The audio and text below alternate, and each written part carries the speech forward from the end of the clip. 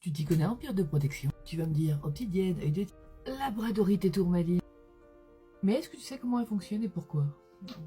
Une de mes élèves de la formation de lithothérapie m'a demandé de faire un petit dossier sur toutes les pierres de protection par absorption.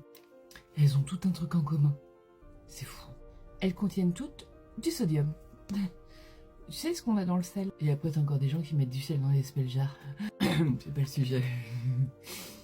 Alors quand on parle de pierres de protection, il y en a plusieurs. C'est évident. Et il y a plusieurs sortes de protection en fonction des besoins. Il y a beaucoup de gens qui disent que l'œil céleste est la pierre ultime en termes de protection.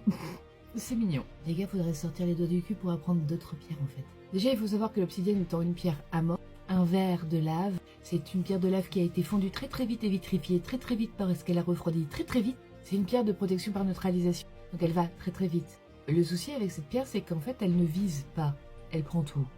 La tourmaline, elle nettoie. Elle fait le grand ménage. Elle est un petit peu comme ma mère qui est légèrement maniaque sur les bords, en fait complètement maniaque. C'est bon, c'est mauvais, elle s'en fout, elle met tout à la poubelle.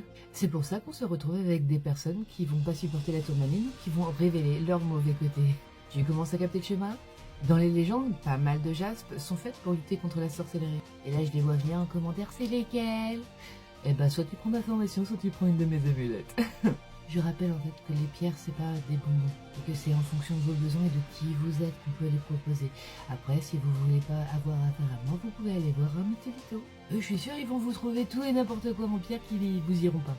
On a les pierres de renforcement pour la protection. Cela veut dire que vos protections naturelles, elles vont les renforcer, les solidifier.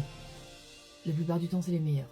Et pourquoi? Parce qu'elles vont lutter contre les peurs primaires et tous les petits trucs qui sont chiants. Elles vont renforcer tout ce qui va être énergie autour et à l'intérieur de vous. Clairement, ça fait partie de mes préférés. Et on va faire un rappel super important. Tu sais, les mauvais sorts. Bah, la plupart du temps, si le sorcier est bon, tes cailloux, ils serviront à rien. Plus d'informations sur ma formation. Et si tu souhaites quelque chose d'efficace, Quelque chose de magnifique, et quelque chose de fait main. n'hésite pas à abonner-toi.